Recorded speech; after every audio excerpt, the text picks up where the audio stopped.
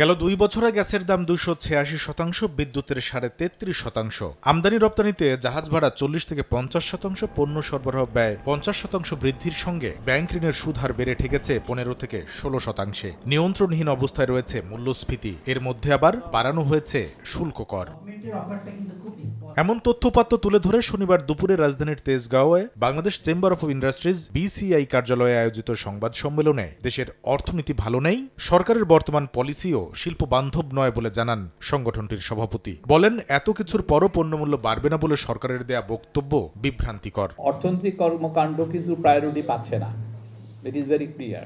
Interest rate এত বেশি high করে দেওয়া বা LC ওপেন করার জন্য ডিফিকাল্টি সৃষ্টি করা, কারেন্সি ডিভ্যালু হয়েছে এবং সেই ক্ষেত্রে ব্যাংকের সিঙ্গেল বরোয়ারের যে লিমিট সেটা বৃদ্ধি না করা, এগুলি কিন্তু মেসেজগুলি ক্লিয়ার করে দেয় যে আসলে এটা ইন্ডাস্ট্রির জন্য খুব একটা সহায়ক না।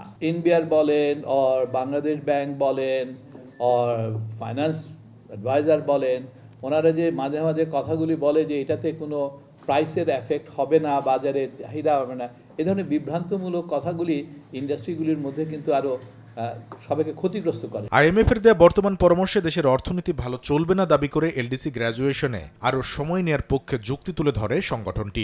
IMF এর প্রেসক্রিপশন নিয়ে যেইভাবে সরকার চালানোর চেষ্টা করছে, আমাদের যে বর্তমান যে অবস্থা সেখানে কিন্তু এই প্রেসক্রিপশনে কাজ হবে না।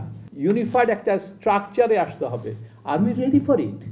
আমরা যদি রেডি না থাকি তাহলে কেন আমরা জেনে শুনে আত্মহত্যা করব? আজকে ইন্ডিয়ার মতন দেশও বলতে চায় না গ্রাজুয়েশন করতে, আর আমরা।